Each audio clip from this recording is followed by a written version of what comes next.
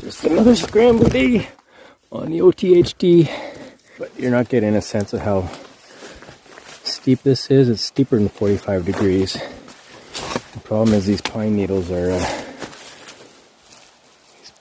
super slick. Yeah, there we go.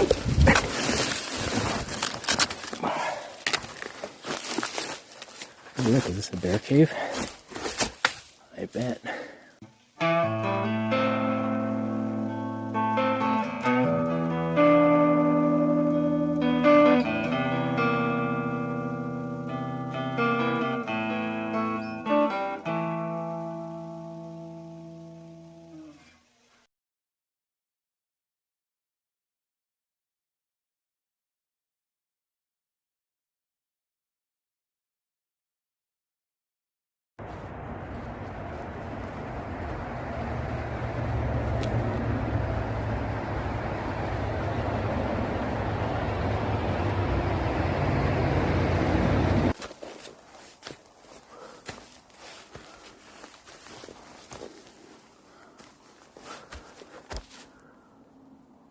Wow.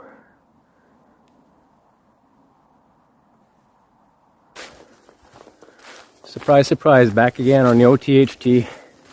I'm about an hour into the hike here. I'm actually going end to end, 140 kilometers from Latchford to Thorn. Over about 8.5 days, that's what I'm targeting anyway. The weather is crazy. It's the end of October, 28th of October, and the temperatures are going to be about 10 degrees warmer than usual. Last year at this exact same time when I did this hike, or 3/4 of this hike anyway, the lows were around 0 and the highs were low teens. This trip the lows are going to be low teens and the highs are going to be low 20s, and a couple of days are actually going to be 25 degrees, so it's almost like August weather out here for this trip. Good news is there's only a little bit of rain in the forecast, just I think on the very last day at this point. So that's awesome news. So I'm not going to vlog too much because frankly most of the scenery you can see it on my other videos. So this is just going to be more of a vlog about my experiences on the trail, and if anything exciting happens I'll try to film it or at least describe it. So here we go.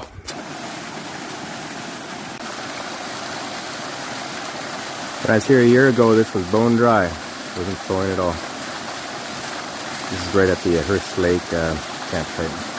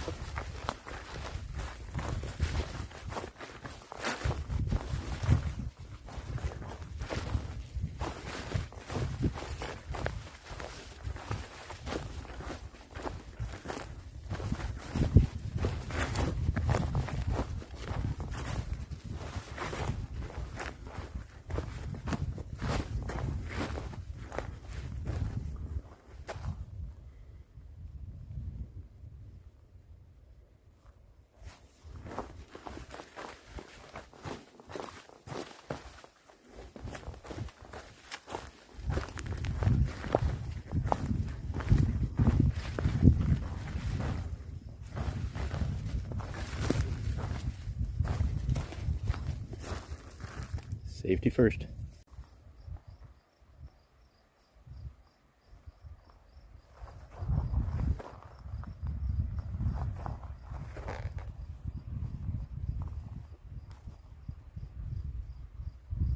It's funny, I've only done this northbound, so doing this southbound I'm recognizing a lot of things, but I'm also seeing things I didn't even see on the way up last year.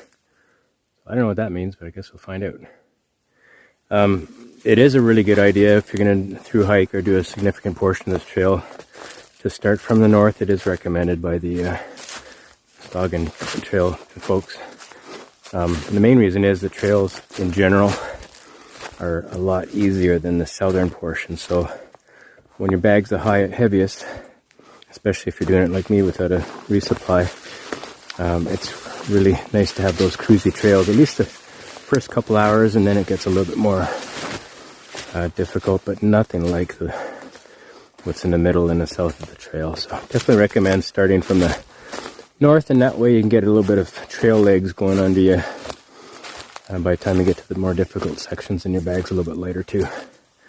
So this tripe wall section, I just showed you the sign there. It's basically you're walking along this cliff all the way.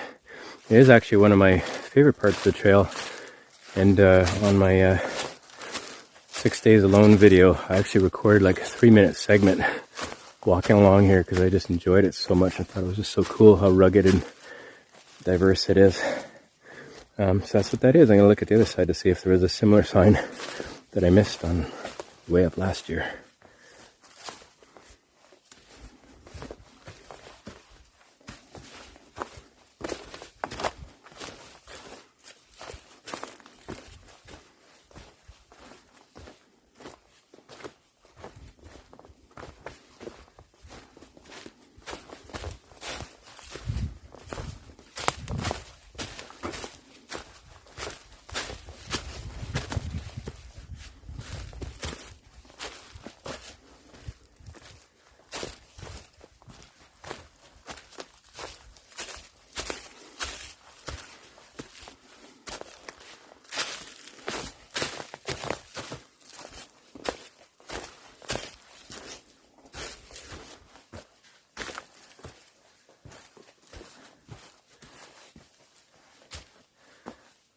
Too cool.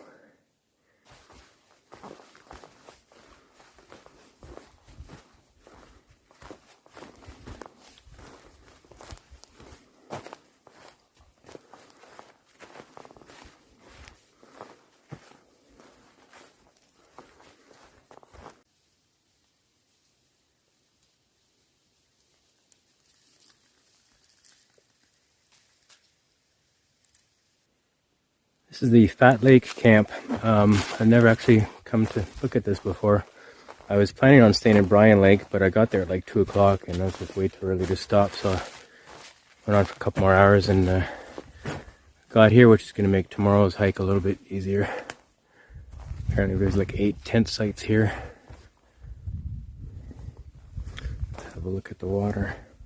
Lots of benches and tables.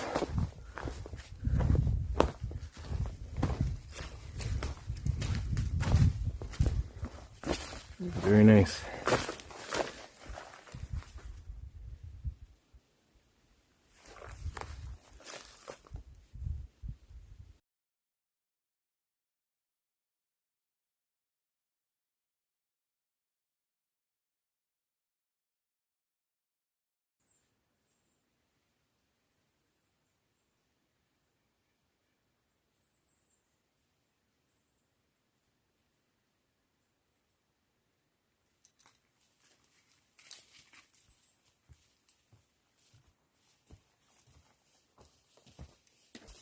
Good morning, just leaving Fat Lake campsite. The lower section that you saw in the video there was kind of a kitchen area, and then there's another section up the hill about 50 meters where the tent pads are, and there's another table and bench there too. So it's quite a large campsite. That lower section actually doesn't have any tent spots on it. They're all up the hill there. Good night altogether. I had this crazy large rabbit that was fearless.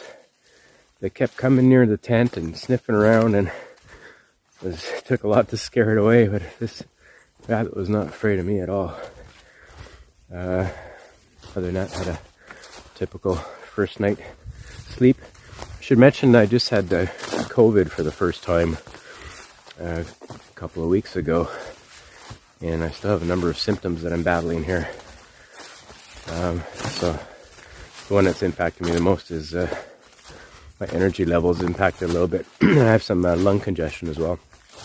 So I just have to manage that with my pace. And I'm hoping that when it gets hot in a few days, that it's not going to be too much of a factor. Anyway, so today we're heading only about 16, 17 kilometers. Yesterday was about 21 kilometers, I think. Longer day than I expected, but I got to Bryan Lake way too early. It was like 2 o'clock, so no sense stopping at that time of day with that much daylight left. So continued on very slowly, but made it here. Anyway, so we're going to go through the crevasse trail. I've shown that in other videos, so I'm not sure if I'll show much of that. And then past Friday Lake, then Price Lake or Prince Lake, Snort Lake, and get to my favorite campsite called Little Mountain. Hopefully there's nobody there, and because of the extra time I put in today, I should have more camp time there at my favorite site, so looking forward to that. Alright, I should be watching my footing. Talk to you soon.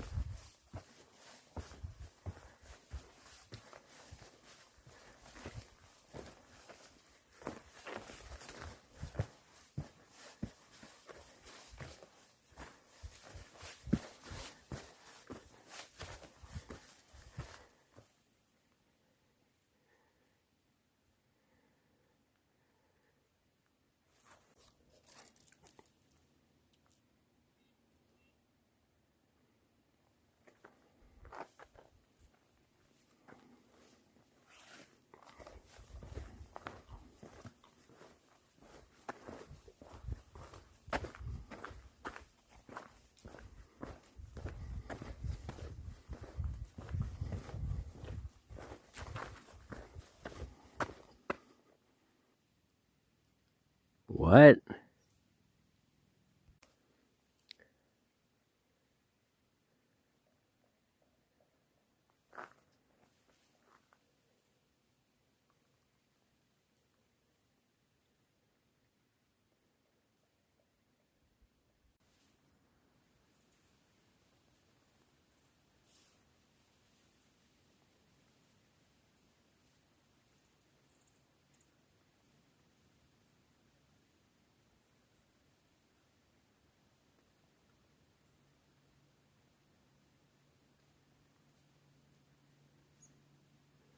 Nothingness, just being in a moment.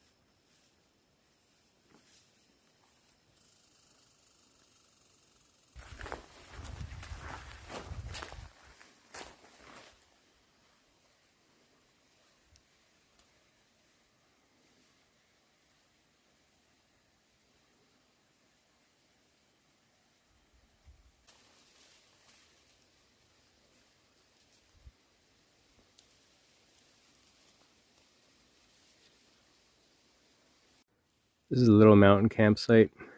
I stayed here last year when I did that 6-day hike. Beautiful spot. Sun just set. Water all around. Pond side over here. It's a nice spot.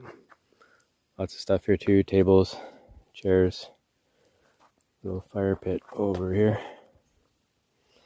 One of the challenging things about it is that there's 6 to 8 tent pads in different places here, and you've got to have a single person tent really with a really small footprint.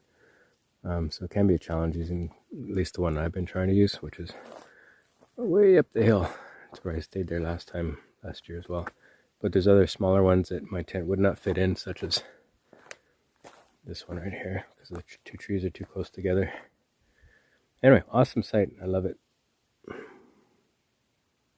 Quick recap of the day. I started at Fat Lake, went through the Crevasse Trail, followed my way all the way past Friday Lake, where I had lunch, or a snack anyway. And then I got really tired around 10 hours. I think the COVID has really zapped my energy, because after about 10 kilometers, I'm just shot. My legs are just so heavy and slow, especially on the hills. Anyway, just keep plugging away, and made it over to here to Little Mountain. And tomorrow we'll see what we get to. I'm kind of targeting Copper Lake, but we'll see how it goes.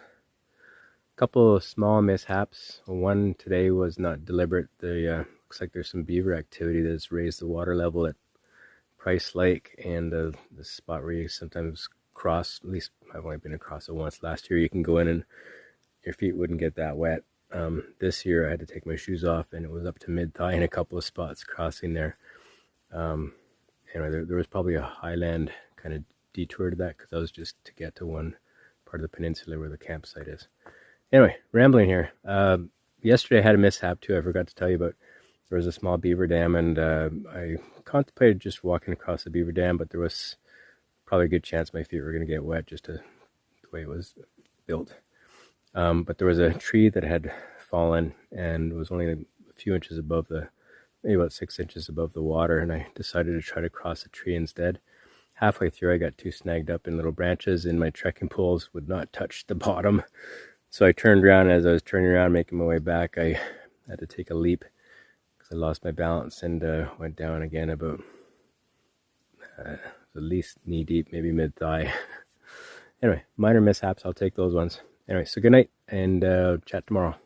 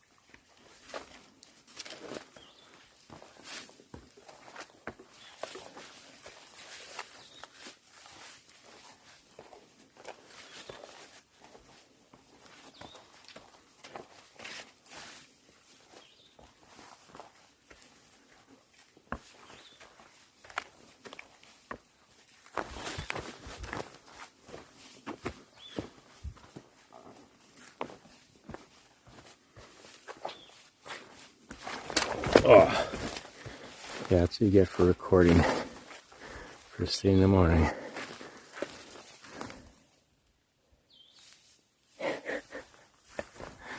I got all day to dry up. It's okay. Curious what happened here. This tree's nice and straight. It looks like it probably grew on a large root bulb of an older tree that's completely disintegrated now, and just leaving these, because look at how the roots are so high above the ground now.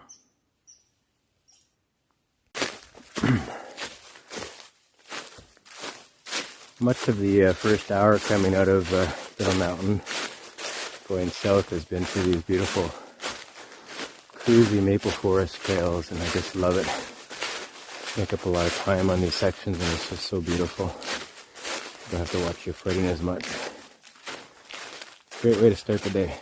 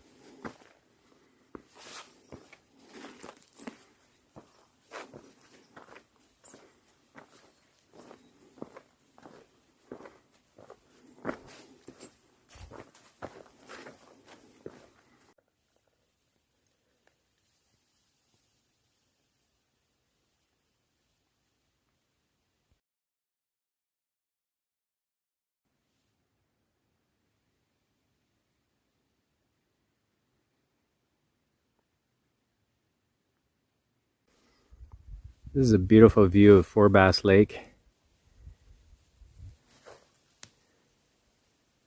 So you can see some of the power dam over there and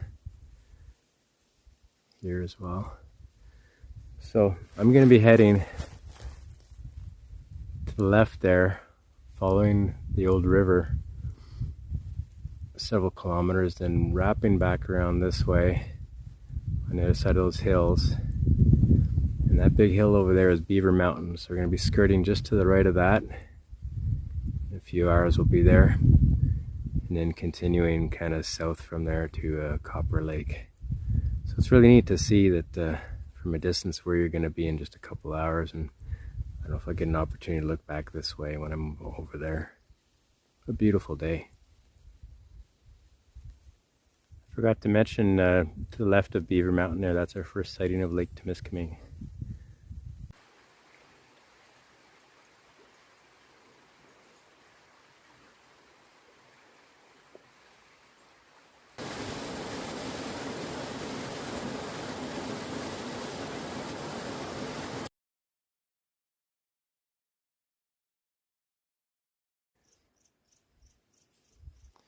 Made it to Lake Temiskaming. Look how far you can see there. So over the next 6 days and approximately 85 kilometers or so, I'm going to be hiking along the west side of the lake all the way to Thorn, Ontario. So this is going to be a pretty constant companion over my left shoulder for much of the next 6 days, except for the inland portions.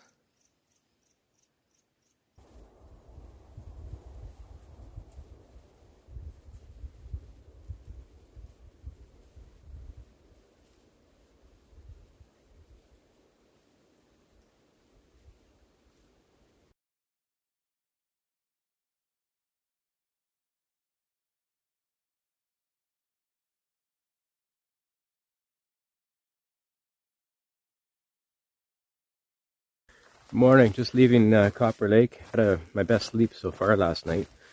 There was one time on this further up the trail here, up the lake, that I heard something really heavy coming. Either a moose or a bear, so I clapped my hands and yelled and heard it scurry away, but it was something heavy, it wasn't something small.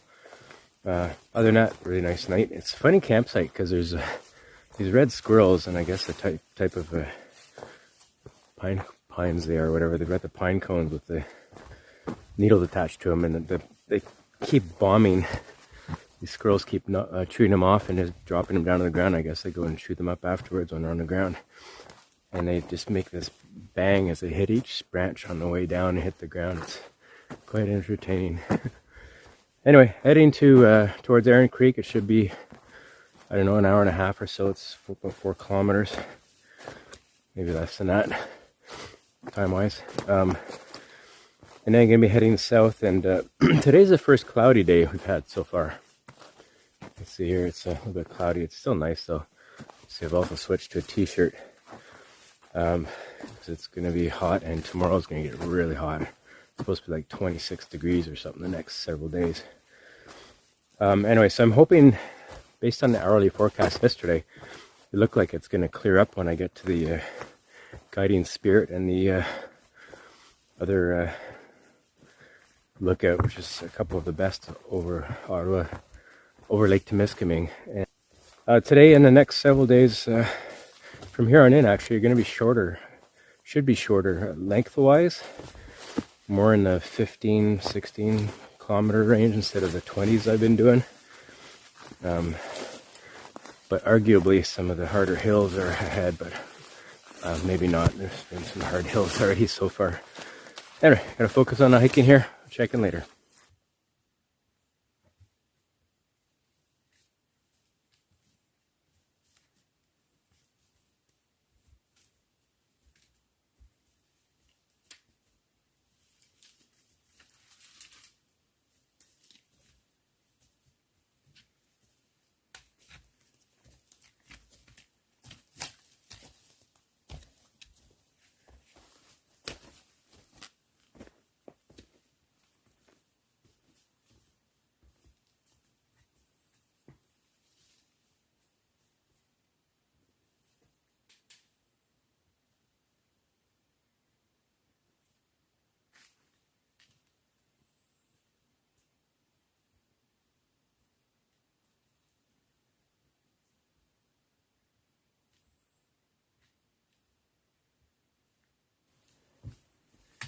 Okay, that was just for you. I'm not doing that too many more times.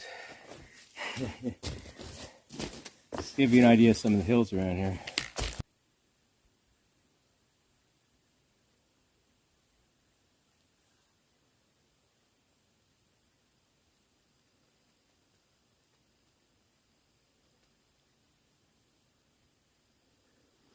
This is a vulture view lookout.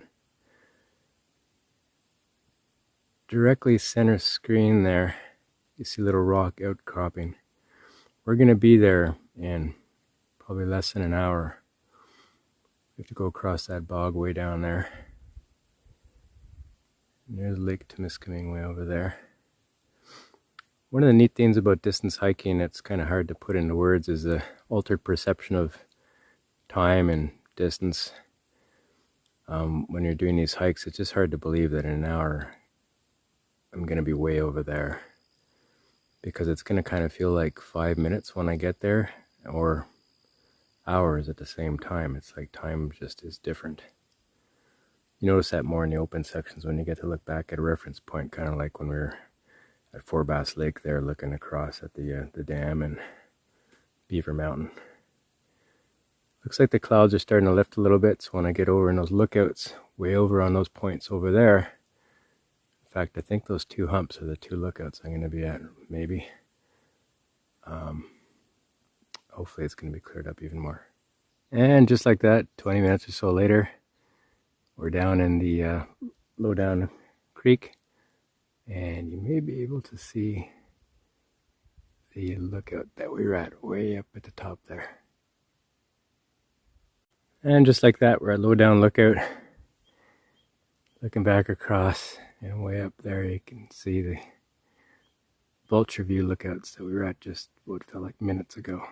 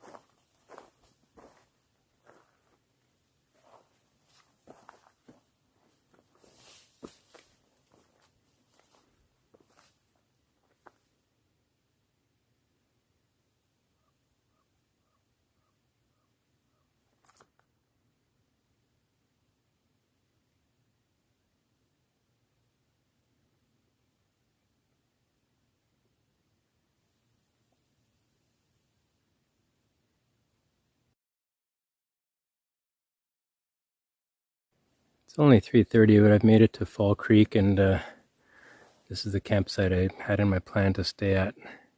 I could keep pushing to Nagle Bay, but honestly, cumulative fatigue, my legs are just shot and I'm tired. So even though it's only 3:30, I'm just going to sit up here and relax.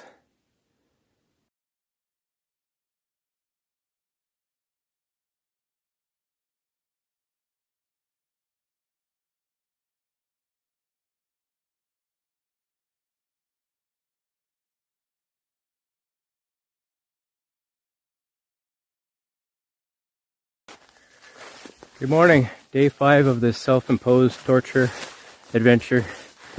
It's going to be a hot one. It's going to be 27 degrees later on this afternoon. I'm on my way down to Grand Campment. That's the plan anyway. So it's a shorter hike. I think it's only about 12 kilometers. It's a tough 12 kilometers for parts of it. I'm going to play it by ear because one of these next 3 full days is going to have to be a hard day, just because of the way the campsites are distributed. There's some awkward gaps that kind of make the planning a little bit difficult. So one of the 3 days is going to have to be a really hard one, and I might make the 3rd day the hardest because that day is going to be a little bit cooler, but now it's calling for rain. So I'm going to kind of decide as I go here. If I push on another couple hours today, if I feel okay in the heat, that could make a good dent into my target. So we'll see what happens. Anyway, nice morning so far. Not too hot yet. We'll see how the day goes.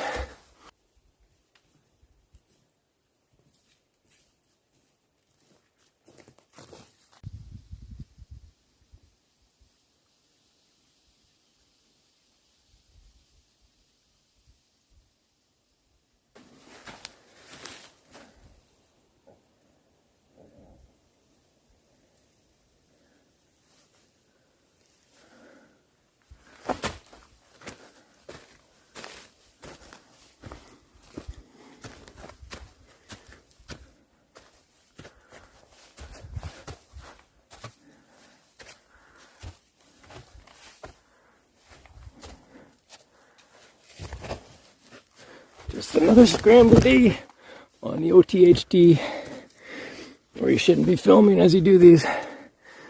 But I don't want this trail to look like a cakewalk and people to get the wrong idea. That was fun.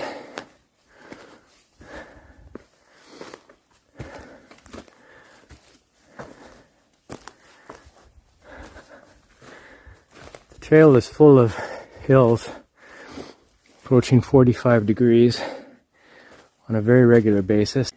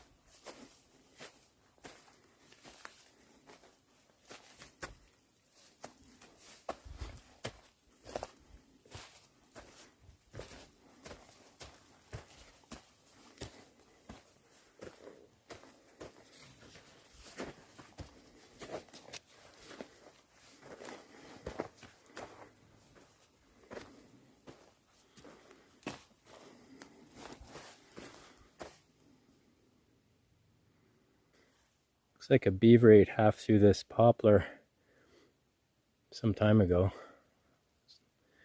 And it's still alive.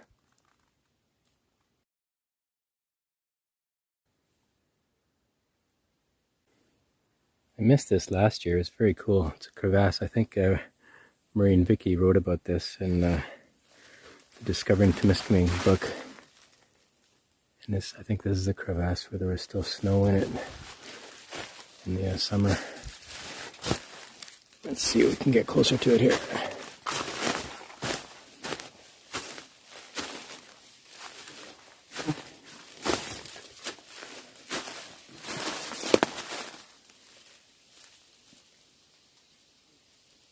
That's pretty cool.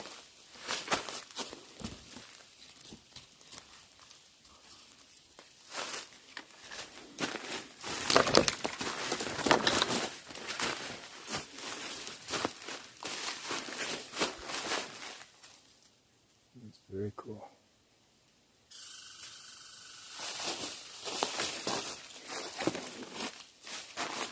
Yeah, that's pretty much almost straight up and down that little climb there. So I decided to press on an extra 2 or 3 hours past the Grand Encampment. I'm totally exhausted, but it's going to be worth it, and I'll explain it to you later. But in the meantime, I just saw my very first bear on this trail. I didn't think I'd ever see one, but saw it running away.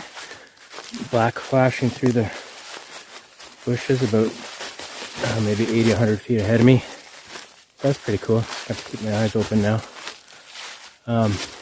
Anyway, so I'm about half an hour from Cascade, aka Nota Creek. Looking forward to that site. And then what that's going to do, if I going through all the effort today, it's going to set me up to stay at Otter Trail Creek for the next night, and then Green Creek the night after that, and then Sandspit after that. So those 3 sites all have beaches, nice swimming sites. And DeSoto's Cascade doesn't have a beach, but it has a really nice rock for walking out. So super looking forward to that. So this is well worth the extra effort. And yeah, anyway, I'm just exhausted. It's been about over 20 kilometers already. So very, very tired. And the heat hasn't been as bad as I thought it was going to be. I think it only got up to 25, but it's nice and cool in the forest for the most part. And in many places there's been a breeze too, except when you're down in a valley. Anyway, I'll check in later on.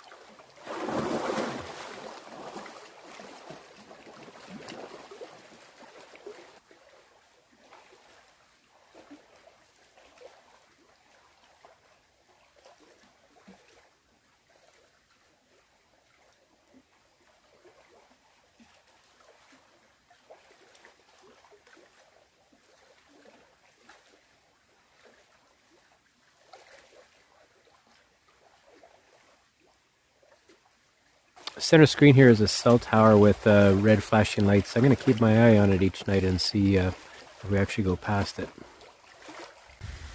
So I just came out to relieve myself, and I realized that I've never filmed at nighttime to kind of show you what it's like out here. This is with my headlamp on.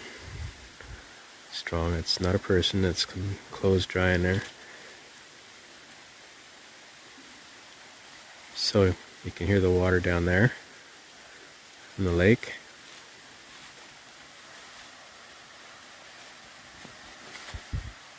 And there's a creek, Cascade Creek, right behind here. So I'm hearing that on the other side.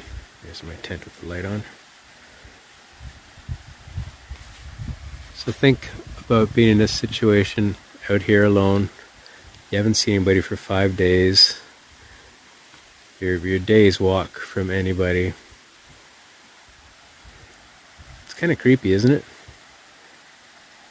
It's odd that I've gotten used to it.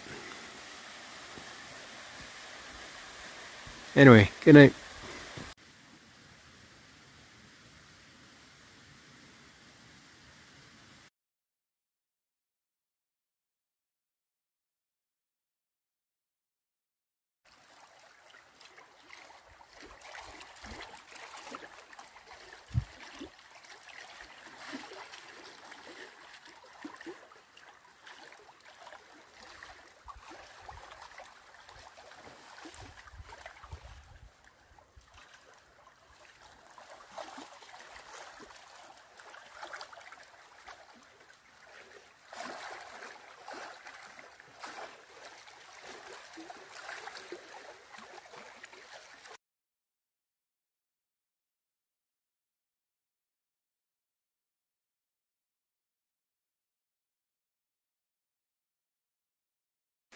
So long, Cascade, not a creek.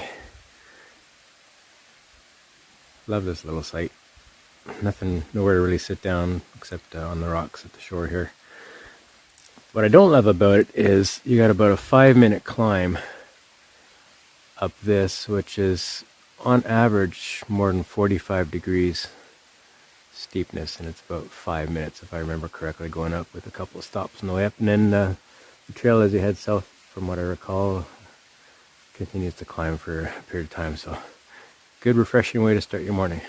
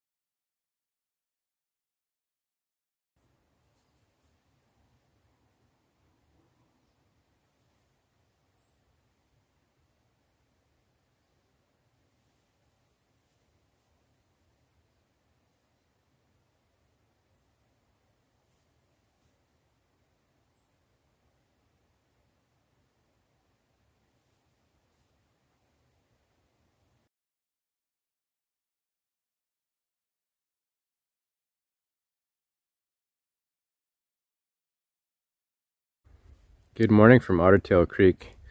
This tree always amazes me every time I come by here anyway. Clearly there's been a lot of erosion over the years. You just look at these root systems. It's just incredible. They just go right into the ground, these big anchors.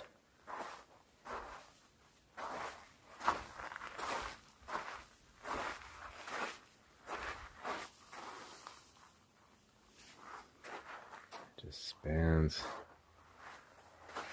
forever. It's incredible. So it's going to be sad when this big old guy gets blown over. He's leaning towards camp a little bit, but it's been here a long time. So, beautiful morning here. Going to be heading over to Green Creek and film a little bit on my way there.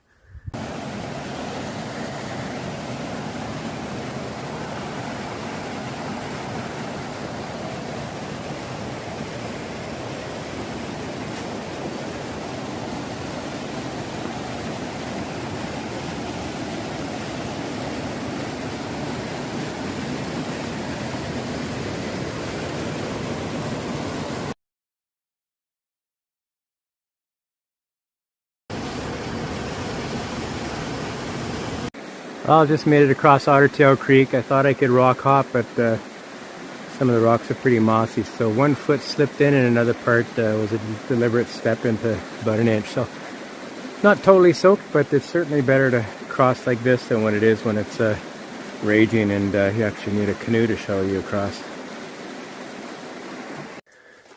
Things I haven't really mentioned too much about this trail, because it's 140 kilometers long, and that beetle has destroyed so many trees, and because the trail is maintained by a group of volunteers, some of which the key ones are in their 70s now. It's impossible to keep the trail fully clear. By clear, I mean pruned and blow down, cleared, and everything else. So just beware that if you're going to do this trail, you're going to be doing a lot of bushwhacking in sections. So trail crews can come through, and 2 weeks later there could be a microburst, and you've got a lot of blowdown. So just beware. This 10-kilometer section between Otter Creek and Kamika Bridge, it's a real mixed bag. At the top, once again the ridge there, it's really nice open forest for a long time, and then it gets up into the higher areas. There was a couple of lookouts. One of them was really nice, but unfortunately there was a microburst has gone through there apparently, by the looks of it, and there's literally dozens of trees down across the trail. You have to bushwhack past. It was right after I filmed that last little clip there. I'm talking big trees. So that's a real drag for the trail folks to try to maintain that, because it's going to take a lot of work. Anyway, it's also a long stretch because there's no water sources, so you got to make sure you really manage your water between the top and bottom sections, and don't go dry in between. I did that the last time I was here. This time I was wiser. Onward.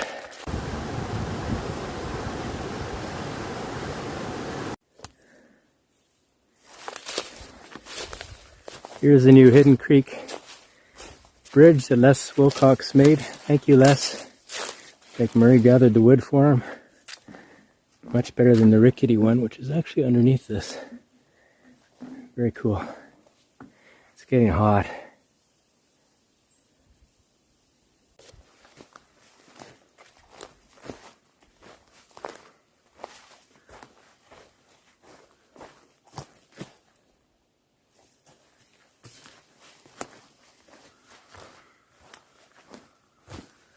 This section along Hidden Lake here is a really nice section of trail.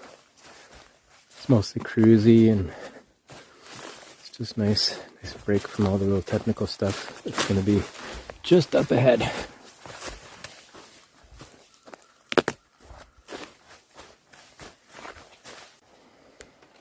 I'm not going to regret filming this, but I try not to film these harder sections. This one actually isn't too bad, so I'm gonna try, but you're not getting a sense of how steep this is. It's steeper than 45 degrees. The problem is these pine needles are super slick. Yeah, there we go.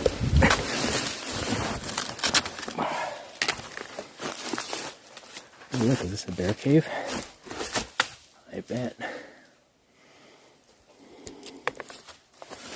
Anyway, you get the idea. I'm not going to kill myself, but it's steep. And the whole OTHT is just filled with these things, so now you know. This is the narrowest section of the Lake Temiskaming, and that's actually the Quebec side, just right there, and there's cottages right here. It's amazing that it gets this narrow here, and the water actually looks like it's flowing the other way, the way the waves are going. Anyway, I'm sitting here looking at this spot, and this fellow named Jameson just came by me. He started at Latchford like on Monday, so like several days after me, and he was actually planning on doing a yo-yo, so going from Latchford to Thorn and back up to Latchford again, all in one trip with only about, he said, 5 days of food, 6 days of food. So he's fast. He started Monday, so today is Wednesday. Yeah, that's crazy fast. I couldn't even dream of that. But anyway, he's not going to do the yo-yo because the heat's just too much, so he's just cruising and going to finish at Thorn.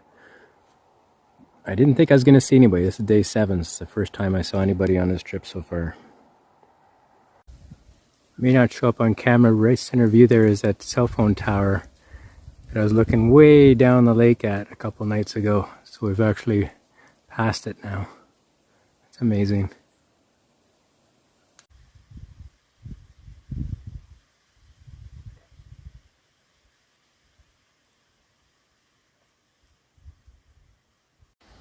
Right, so Green Creek is home for the night. 16 kilometers today, so not bad. But some of the hills between Hidden Lake and here are just brutal. This is one of the 3 sites that has a outhouse in the back, which is nice. And it also has a nice little beach. I know I've shown this on a couple other videos, but it's worthwhile to show again. If you go around the corner here, you can actually wade out pretty good into the water there. And going this way is in towards the Green Creek itself. You gotta cross it about a kilometer down there, I think it is.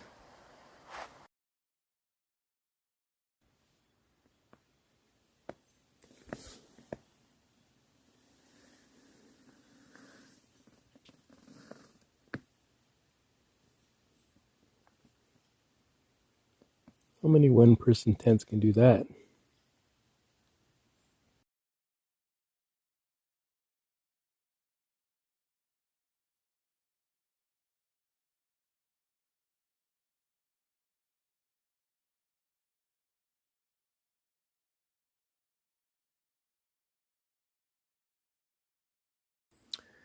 Well, good morning from Green Creek. This is day number 8, my last full day. It was kind of neat. I was sitting here at the picnic table yesterday, and soon after I got here, and I looked up at this sign, and I just had that realization of, wow, I'm in my home turf now of this trail. This is I've signed all of the campsites from this site downward and made these by hand and put these up, and just made me feel like part of the trail a little bit, just getting to this point. So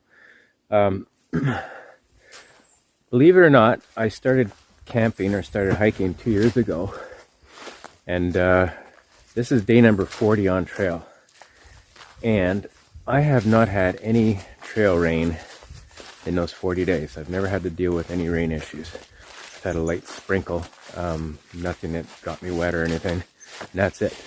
And that streak looks like it's going to end today. There's a fair bit of rain in the forecast for later on this afternoon, around noon, before noon, and later on this afternoon, around dinner time. So it's going to be the first time I've had to deal with that. It should be fun. And then if anything gets wet, I only have a 3-hour hike tomorrow. I'm going to camp at Sandspit tonight, and a 3-hour hike, and get picked up by my shuttle driver, Doug Adams, and He's going to pick me up in my car. I'm going to go drive him back up to Temiskaming, and then take the 5-hour drive back to Ottawa home.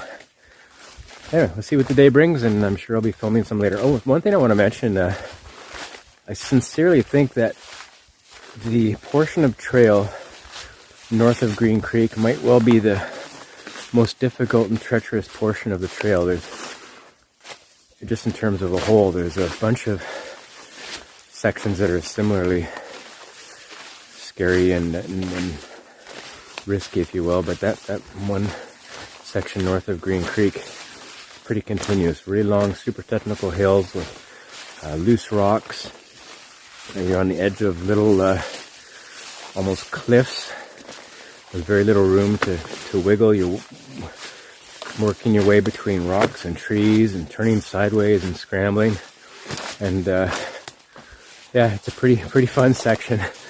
I imagine that the average person wouldn't dare hiking a lot of those sections. But anyway, onward. This is a Green Creek crossing, just about 4 or 5 minutes up from the campsite. Normally I take off my shoes and socks, but I didn't bother today.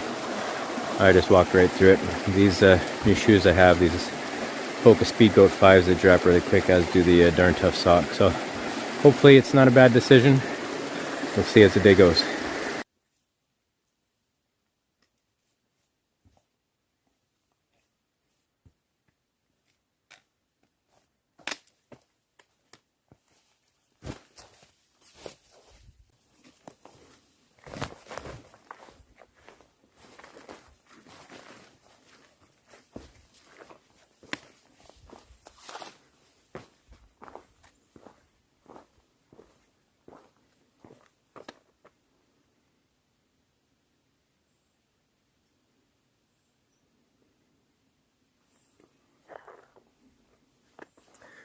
This is Point Camp, and it's quite primitive. Some people have stayed here, obviously. You kind of need a freestanding tent if you want to stay on the rock there. There's a couple of mossy areas that are possible tent spots, maybe further up the hill here too.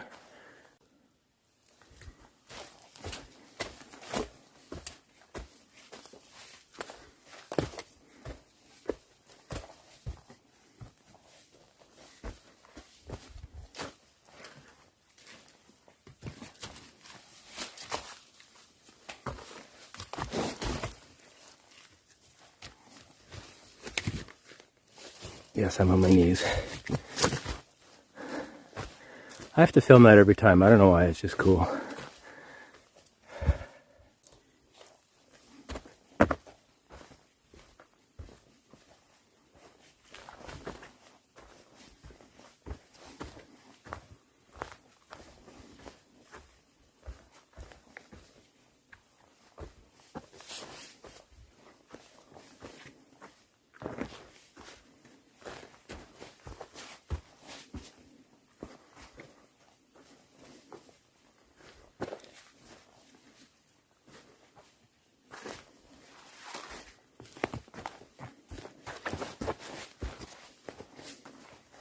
Pretty much all the trail along the shoreline is this type of stuff. You can see a lot more of it in my other videos, so I'm not going to film much of that.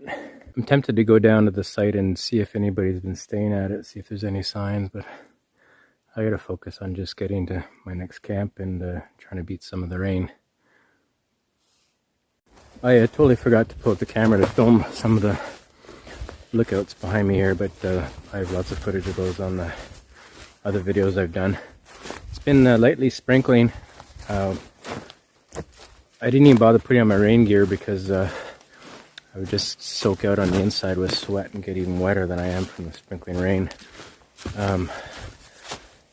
Hike's going well. In fact, with the rain, it's actually a little bit cooler, so it's nice from the heat we've had the last couple of days. I don't feel as much of an urge to be constantly drinking, so that's a good thing. We'll see what happens with the weather for the rest of the way here. I'm hoping to be able to set up camp before the heavier rain starts, just to make things a little bit simpler. And I hope it doesn't rain too much, because I don't really want to just sit in my tent for like 14 hours or whatever it's going to be.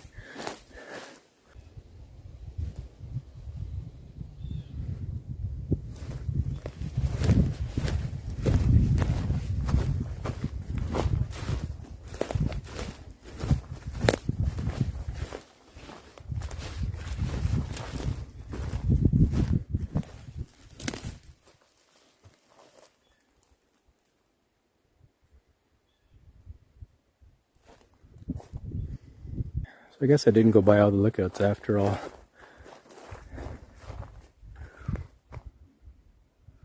It's too bad it isn't brighter, you'll be able to see better.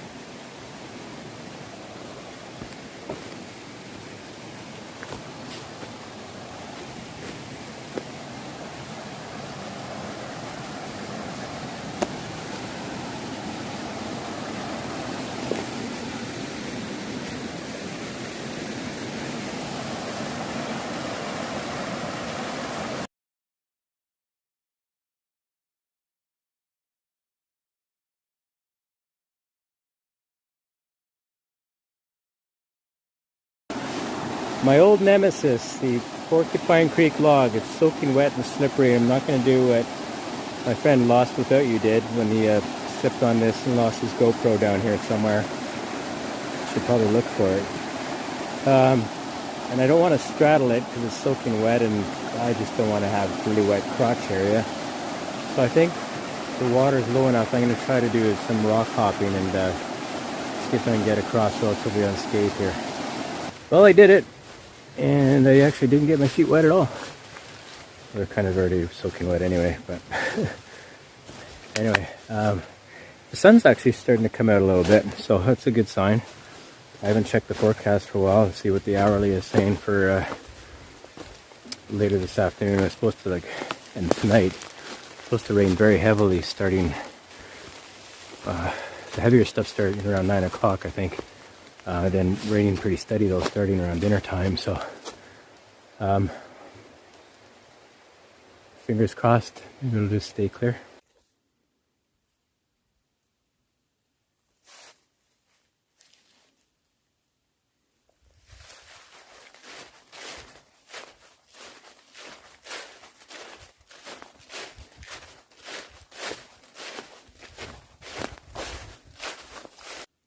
Medic! Made it to the Sandspit camp and had a little tiny break in the showers that started when I was about half an hour away from getting here. So I got the tent set up okay, and then I decided, even though it started sprinkling again after that, so I decided I'd cook dinner early while I could before the heavier rain starts. And it's just finally lit up again, so I'm gonna get out and get a little bit more food to eat. And I'll show you what I do with my feet because I'm on my very last pair of socks. My 2 hiking pairs of socks are just soaked. Both pairs from the rain and from the crossing this morning. So I'm into my sleep socks now, and I'm going to have to wear these for my hiking socks in the morning because my feet are in really bad shape now. Lots of blisters and issues. Not sore blisters except for the one that's popped there, but different issues with them. Anyway, so what I do is I put these plastic baggies over my feet and over the dry socks, and then just slip these into your shoes, and then you're good to go. Here you go, a little tip.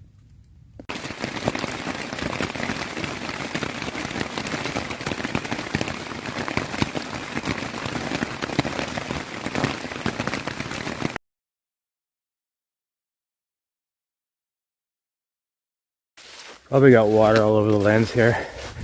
I'm about an hour out of camp. The rain stopped when I, why do I always do this on a hill? The rain stopped right when I was getting out of the tent, which is good, but everything is so wet from the pouring rain all last night that I'm just drenched head to toe for 8 days now, 8.5. I've been really looking forward to a shower at the end of the hike. This isn't the shower I had in mind.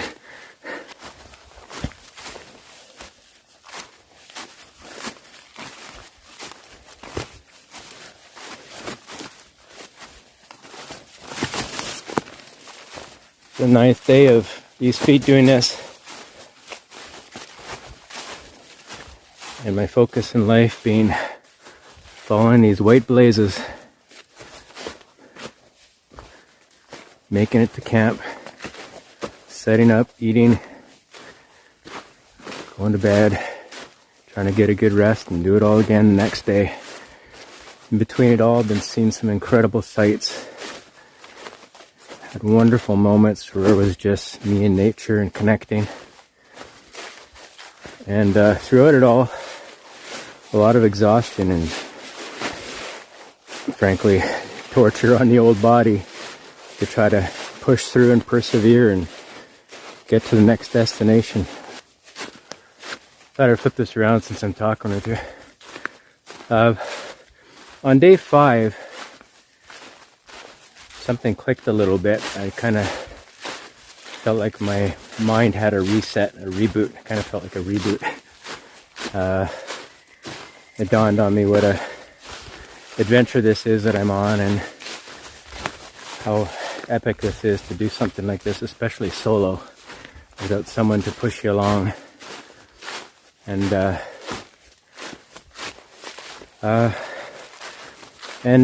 just